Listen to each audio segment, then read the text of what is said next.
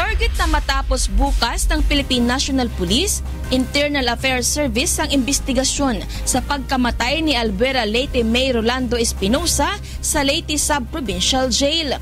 Nangangalap na lamang ito ng iba pang testigo upang makapagsampa na ng kasong administratibo sa mga pulis na mapapatunayang nagkasala. Maliban sa investigasyon ng PNP, nagsagawa rin ng sariling pag-iimbestiga ang lokal na pamahalaan ng lalawigan ng Leyte.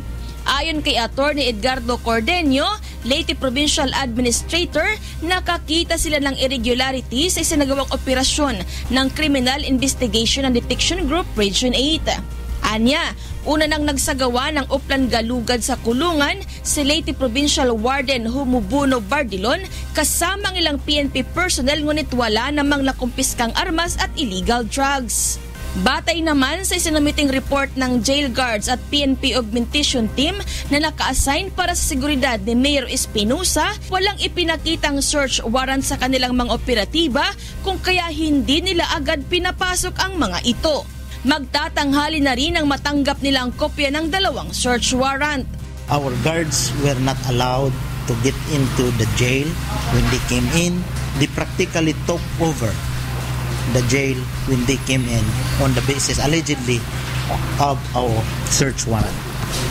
The records anamon la nga ang search warrant was given to us at 11 o'clock in the morning after the search.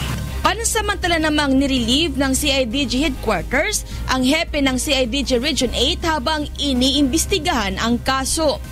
Nananawagan naman ang Leyte Provincial Government na hintayin na lamang ang magiging resulta ng mga isinasagawang investigasyon sa pagkamatay ni Mayor Espinosa sa halip na magkaroon ng mga haka-haka. Let's stop speculating.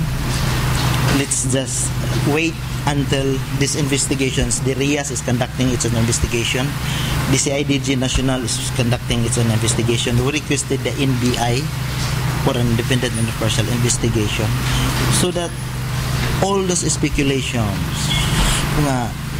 there are those protecting whatever could be threshed out and will be known once this investigation is done. Jeneline Gakita, UNCB News and Rescue, Tacloban, Leyte.